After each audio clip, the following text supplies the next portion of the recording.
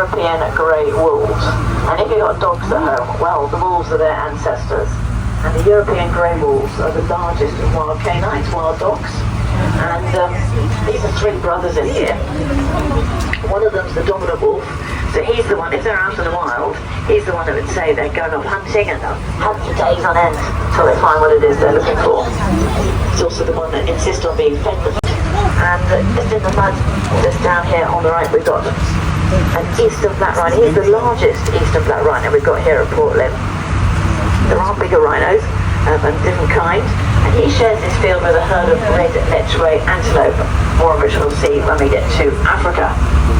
And on the left of us, that wooden structure there, that's a viewing platform for the residents of Wolf Lodge, so they can look for the wolves any time of the day or evening. So the mansion house of Portland, what's the story behind that? Well, it was about 1912, the local politician for Hyde, the MP, Sir Philip Sassoon, had a brilliant idea of building a mansion house over here. And by 1920 it had been completed, along with 15.5 acres that were cut into the side of the sea cliff. And that's why it's so hilly around here. But then, World War II started, and in 1942 the Royal Air Force took over the mansion house and put a lot of troops here, and the troops did a lot of damage to the interior of the mansion house, which had some amazing original wall paintings done by famous artists of the day, like on the hillside just by them. This is a capybara who's obviously just been swimming, and the capybara is the largest rodent in the world. We've got a few of them here, there's some more further down here. And so the capybara come from the Amazon basin. They're the largest rodent in the world. They're related to guinea pigs. The largest giant guinea pigs. Wow. And the females get to be the biggest. They can grow up to 65 kilos in weight, pretty bulky. And a capybara loves swimming. So they've clearly just come out of the pond here on the left. How did they There's a capybara of the Amazon basin, the vicuña of Peru, somewhere. Lurking are a couple of tapir as well. I haven't spotted them. They might be at the top of the hill, but not a little bit of South America. And then just off to the right of us, another sort of a rhino. So lying down, lie down here, this is a southern white rhino. So it's another African rhino. It's got two horns. But rhino. It doesn't have that top lip. It's got a very flat, wide mouth. So it has to graze a bit more like a sheep. And the southern white rhino is from southern Africa, and it's not actually white, it's a mistranslation of the word wide, and so it's the same muddy grey colour as the eastern black rhinos. Around the corner, you'll see them, just sort of get a little glimpse because there's some trees in the way, but so the spectacle there, got very dark fur, got very blonde fur, on the face it's a bit like a mask. They come from the deepest, darkest Peru. There is a certain character that comes from there, but Paddington looks nothing like them. But there's actually 8 different species of bear in the world. Spectacled bear is sort of round about the third smallest. And we've got a male and a female in here. The female's quite a bit smaller than the male.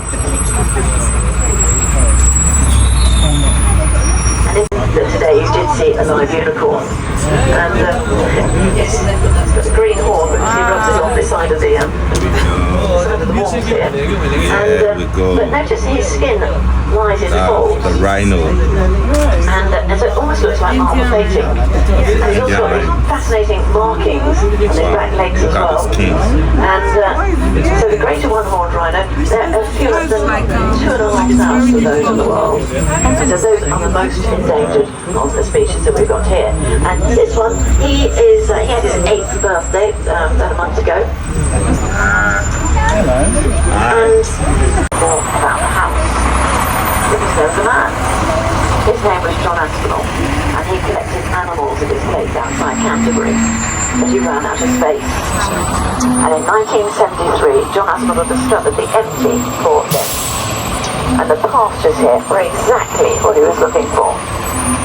Now, John Aspinall was brought up in India, surrounded by that field off to the right. There's some more antelope there, and those are called rowan antelope. They've got black and white faces. And the rowan antelope actually come from Africa. Africa. Further down the field on the right, I can see some very small deer at the bottom. Those ones are axis deer. We'll hopefully see some a bit more closely those, because axis deer are quite pretty. They've got little white spots on them, a bit like mountain, a little black names on them. And they're from China. They're called pairs of deer. They come from China, discovered by a French missionary called Father David out in 1853, so they were named after him. Just to the left of us here, this is an Asian blue horse buffalo. We've got 4 of them here, and they've got the longest horns, they're the largest buffalo species, and not many of them, they're quite rare. And some species of giraffes, so in the whole world, there's about 100,000 giraffes, there's not many, and they've all got giraffe-type spots, but they don't all look the same. So the Rothschild giraffe, they have a bit more white in their legs, they like white socks, and of the 9 we got here, 3 of them were born here, they're here with their 2 purebred mothers. Now, the female's easy to spot because she's got a really long tail. I think I can see her a bit further on this second group here, further down. Her tail almost reaches her hooves, so she's easy to spot. But what do you look for in giraffe? Well, look at the heads, look at the necks, and see if you can see the tongues.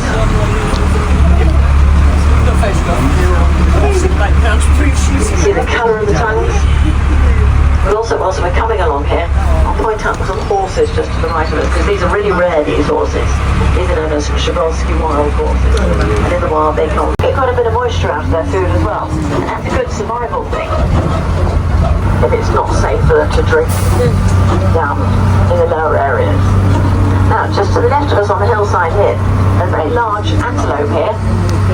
Antelope. These antelopes are called the Livingston eland antelope, and that's the second largest species of antelope in Africa. Both the male and female look very similar markings. Both the male and female have got very straight, barley twisted horns. I hope we see some a bit more closely than this. And they've also got, notice the backs of the front legs, they've got a sort of a black stripe on them. They've all got a black marking, these, both the male and the moment. It's quite a lot bumpier along here. And so, I say, brace yourselves. But this part of our journey goes alongside the Royal Military Canal. And that's way over to the right of us, on the other side of the banks here, on the other side of the trees. And the Royal Military Canal, quite special to us locals, because it's got a great history. But one of the benefits the canal brings to the park here is it makes it very fertile. And it helps it represent an important part of Africa, and that is the wetland areas. So some of the animals that are here, this is exactly the sort of area they would live out in Africa, albeit a lot hotter out there. And on the main driveway we saw the red Let's-Ray. Show this zebra, fully mature. And we got some zebra down here as well. Now we've got 3 zebra. I was looking to see where the other one is, because I can just see 2 of them. And these are known as Chapman zebra. And they're on the left-hand side of us here. Now a zebra, it's the third one's just on the right here. So there's quite a number of them. They're known as a dazzle of zebra. So there's amazing stripes. And they can give them camouflage, a full view of everything. But when they're very close, it's very difficult to tell where one zebra starts and the other one finishes. And this is another Chapman zebra off to the right of us. The zebra is a black animal with white stripes. Black animal, white stripes. Got a black nose, so the colour of the nose helps define the colour of the skin in the zebra. See you here. So if you're a vet and you have to do a procedure on the zebra and you have to shave the fur, you'll discover all the skin underneath is black. So black animal, white stripes. If the same vet had to do a similar procedure on a tiger, good luck with shaving a tiger. But they discovered that all the skin underneath for a tiger is stripy, same with the tiger's fur. So not all animals are the same. Now there's a very tiny red Let's-Ray from a distance. And the Livingston eland antelope have a flap of skin on their necks. Both the male and females got them. Known as a dewlap, and it's a false skin. So if they're attacked in the wild by something like a hyena, the hyena will throw themselves at their throat, grab hold of that false skin, dewlap. Late 18th century, and the sea level dropped to where it is today. And the locals recycled the stones from the ruins, used them on local building projects.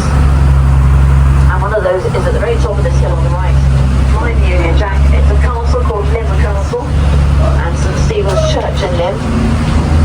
And Lymm Castle was built in the 12th century as a monastery for the Archbishop of Canterbury, built from the 5th century Rome really well with the father. Now the father's got his, seems to be having a good lie down there at the moment, but Holman of a pride will look after their family. It's the only wildcat that truly does this, and that includes the father. So whilst the father will steal food from the lionesses, they 30 here. Babe, Both the males and females look very similar. They both got bare bottoms. The females are a bit smaller, and they come from various parts of West Africa. They live on the ground carrots. out there, so they live here just as they would do in the wild. So they spend the day turning the turfs over looking for food, and spend the day cuddling and grooming each other and having a workout, having a chill, enjoying the sunshine. They're eating banana. Troop of 30 here, there'll be a troop of about 200 in the wild. Key banana. And 200, that's like a community, and they've all got a job to do in a community. So some of them are food pickers, some of them are groomers, some of them are leaders. Now the leaders are the noisiest, although the mothers can be noisier.